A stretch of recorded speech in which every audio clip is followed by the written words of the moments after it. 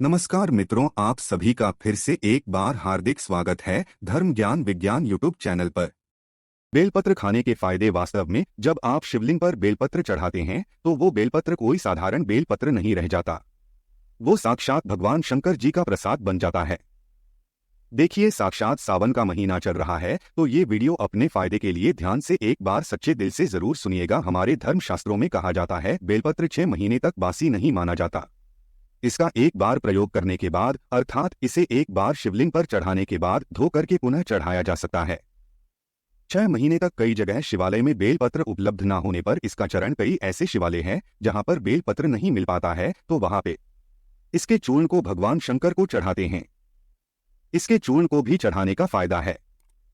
बेलपत्र भगवान शंकर जी को चढ़ाने के पीछे एक पौराणिक कथा है। कथा के अनुसार समुद्र मंथन के दौरान कई चीजों के साथ विश्व भी निकला। यह बीज चारों ओर फैलने लगा। पूरी सृष्टि को बचाने के लिए भगवान शिव ने इस विश्व को अपने कंठ में धारण कर लिया। इसलिए महादेव को उस दिन से नीलकंठ भी कहा जाता है। ब्रिज के प्रभाव से भगवान शिव के शरीर में ताप बढ़ने लगा, जिसके वजह से आसपास का वातावरण जलने लगा। और उस समय एक वैद्य से सलाह लेने के बाद जब देवी देवताओं ने सलाह ली तो देवी देवताओं ने जब उस वैद्य से सलाह ली तो उस वैद्य ने बोला कि आप उन्हें बेल के पत्र खाने के लिए दे। भगवान शिव को बेलपत्र खिलाया और जल से स्नान कराया। इसके बाद भगवान शिव के शरीर में जो उत्पन्न गर्मी थी वो शांत होने लगी। तभी से भगवान शंकर जी को बेलपत्र चढ़ाने की परंपरा है। शिवलिंग पर बेलपत्र अर्पित करने के बाद हमें जल्द जरूर चढ़ाना चाहिए। इससे भगवान शिव को शीतलता मिलती है और उनका हमें आशीर्वाद प्राप्त होता है। हमेशा ध्यान रखना, 3 पत्ते वाले ही बेलपत्र चढ़ाने चाहिए। जिस तरह बेलपत्र की पत्तियां चिकनी हो उसी तरफ से शिवलिंग पर आपको चढ़ाना चाहिए। इस बात का आपको विशेष ध्यान रखना चाहिए और कटे फटे बेलपत्र कभी भगवान शंकर को चढ़ाने नहीं चाहिए। इसके पीछे भी एक कथा है, क्योंकि जब भगवान शंकर जी ने जब गणेश जी का शीश खंडन किया तभी से भगवान शंकर जी ने संकल्प लिया था कि कभी भी मुझे खंडित चीज नहीं चढ़ाई जाएगी। तब से भगवान शंकर जी को कभी भी कोई खंडित वस्तु हो, खंडित पदार्थ हो, खंडित बेलपत्र हो, भूल से भी नहीं चढ़ाए जाते हैं। शिवलिंग पर अगर प्रतिदिन बेलपत्र चढ़ाए जाए तो सभी प्रकार की समस्याएं दूर होती है। भगवान शंकर जी के भक्तों को कभी भी पैसों की समस्या नहीं रहती। बेलपत्र को तिजोरी में रखने से बरकत आती है। तो ये वीडियो को ध्यान से सुनना। वीडियो में मैं आप लोगों को बेलपत्र से जुड़ी हुई संपूर्ण जानकारी बताऊंगा। ये जो वीडियो आज बता रहा हूँ, जानकारी बता रहा हूँ, यह जानकारी आप लाखों रुपए खर्च करेंगे फिर भी आपको कोई नहीं बताएगा। अधूरा ज्ञान हमेशा खतरनाक साबित होता है, इसलिए सच्चे दिल से भगवान शिव की इस वीडियो को पूरा अवश्य देखें। मैं जो भी बेलपत्र खाने के फायदे बताऊंगा यह आपको कोई भी यूट्यूब में नहीं बताएगा। आइए जानते हैं बेलपत्र संबंधित कुछ ऐसी विशेष जानकारी। दोस्तों, आगे बढ़ने से पहले सच्चे दिल से कमेंट बॉक्स में भगवान शिव के समर्पित अपना प्यार अवश्य दिखाएं। आप कितना प्यार करते हैं कमेंट बॉक्स में जरूर लिखें। हर हर महादेव, ओम नमः शिवाय। और हमारे चैनल को सब्सक्राइब जरूर कर लें। एक लायक तो बनता है तो जो बेलपत्र है कुछ समय में नहीं तोड़ना चाहिए। कुछ ऐसी विशेष तिथि जिसमें बेलपत्र नहीं तोड़ना चाहिए तो हमारे धर्मशास्त्र कहते हैं बेलपत्र को हमेशा चतुर्थी, अष्टमी, नवमी, 10वीं चतुर्थी, अमावस्या और पूर्णिमा और जो संक्रांति है इस स्थिति में बेलपत्र को कभी भी नहीं तोड़ना चाहिए। और ये भी कहा जाता है सोमवार के दिन बेलपत्र को कभी भी नहीं तोड़ना चाहिए। ऐसे में जब सावन का पहला सोमवार पड़े तो ये बात जरूर गांठ बांध ले कि सोमवार आने से पहले बेलपत्र घर में जरूर लाकर रखें। इसमें शिव जी का खासकर सोमवार के दिन वास माना जाता है, क्योंकि बेलपत्र के संपूर्ण हिस्से में भगवान शंकर जी का वास माना जाता है।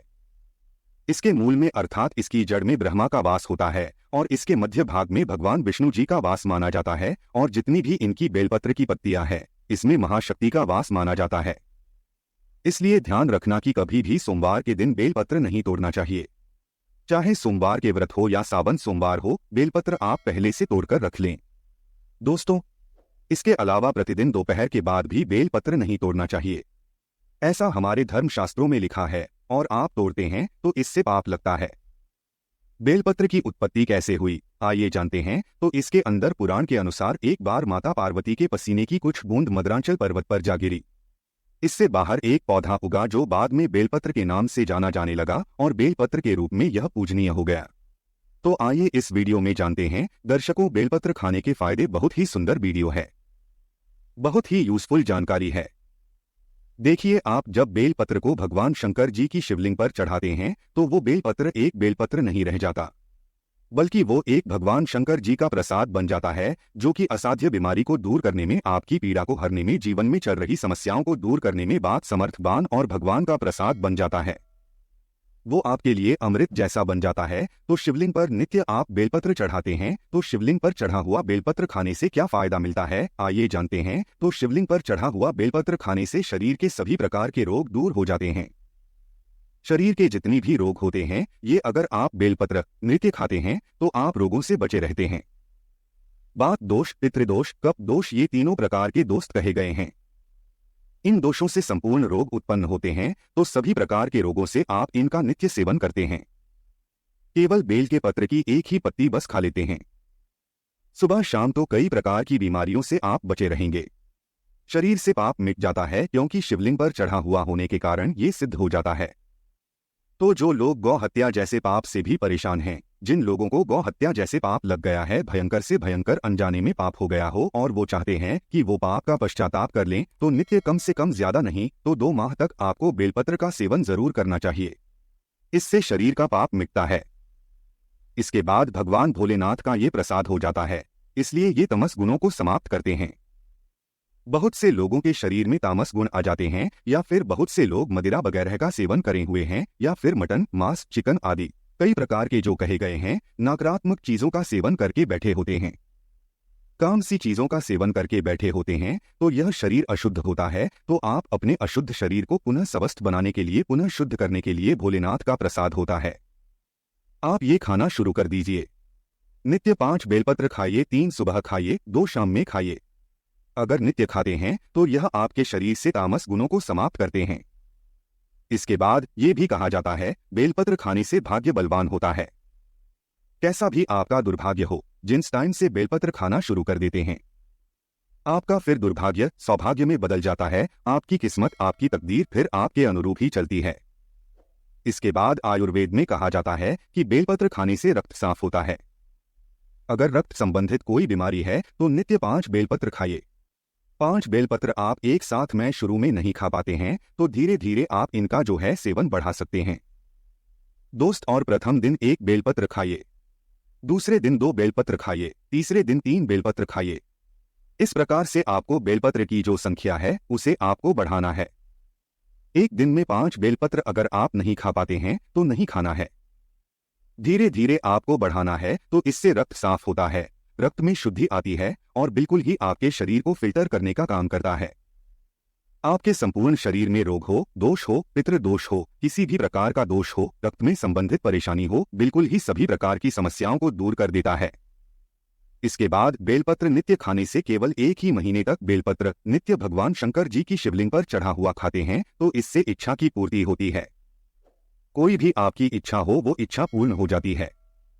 मन भक्ति में लगता है, मन हमेशा शांत रहता है, जैसा भगवान शंकर जी का। आप चाहते हैं कि मन आपका भक्ति में लगे, मन हमेशा शांत रहे, तो उस शिवलिंग पर चढ़ा बेलपत्र खाने से मन भक्ति में लगता है, मन हमेशा शांत रहता है।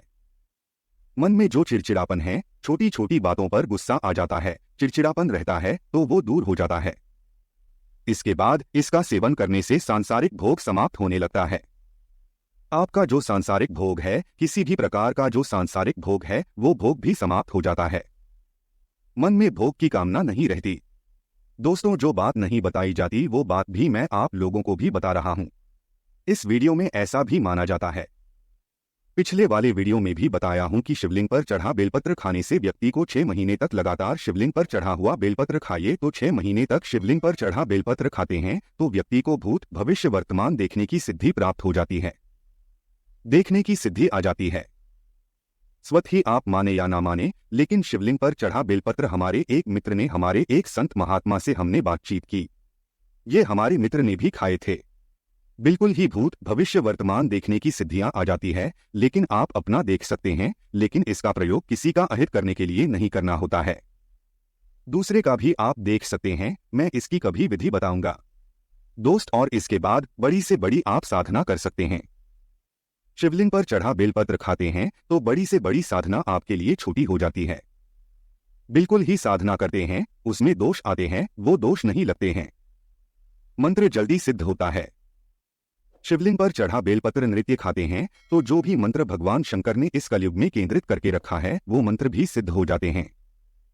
यदि आपका बच्चा बात नहीं मानता, पढ़ाई में मन नहीं लगता, माता पिता को मारता है, झगड़ता है, जिद करता है, रात में रोता है, चिल्लाता है, नजर बार बार लगती है, मन उसका शांत नहीं रहता, वो लगातार 4 सोमवार तक शिवलिंग पर चढ़ा बेलपत्र उसके मस्तक पर रखें, बच्चे का विकास बहुत अच्छा होता है और भगवान शिव की कृपा से ऐसे बालक माता पिता की किसी भी बात का उल्लंघन नहीं करती।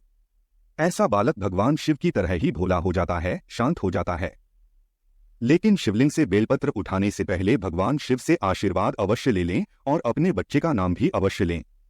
दोस्तों, 21 दिनों तक कोई भी व्यक्ति अगर बेलपत्र खाए तो व्यक्ति का दुर्भाग्य दूर होकर के सौभाग्य में बदल जाता है। यहाँ तक कि अगर आपको 9 ग्रह की पीड़ा है, आप में से अधिकतर ऐसे लोग हैं जो कि शनि है, राहु है, केतु है, इस प्रकार के जो नीच ग्रह कहे गए हैं, इससे हमेशा पीड़ित रहती है, तो आप 9 ग्रह की पीड़ा से परेशान हैं, कोई मार्ग नहीं सूझ रहा है, काफी सारा पैसा खर्च करते हैं, आप यज्ञ हवन करवाते हैं, फिर भी ना की पीड़ा शांत नहीं हो रही, तो केवल शिवलिंग पर चढ़ा बेलपत्र नित्य आपको 5 खाना शुरू कर देना है।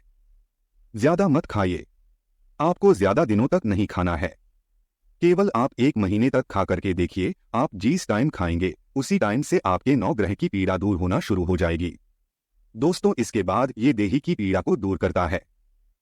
कोई देवी देवता की कोर दृष्टि लगी हो, कूप लगा हो आपके जीवन में जो कि परेशानी डाल रहा हो, कभी कभी हमारे घर के देवी देवता ही हमारा नुकसान करते हैं, जिसे हम कुल के देवी देवता बोल सकते हैं, तो कोई देवी देवता की पीड़ा आपको सता रही हो, वो पीड़ा दूर होती है। दही की पीड़ा दूर होती है। दही की पीड़ा में बहुत सारी समस्याएं आ जाती है, जैसे कि स्वर है, कई प्रकार के रोग आ जाते हैं, तो दैहिक पीड़ा भी दूर होती है, सारे कष्ट भी मिटते हैं। आपके शरीर में किसी भी प्रकार का कष्ट हो वो कष्ट मिटता है।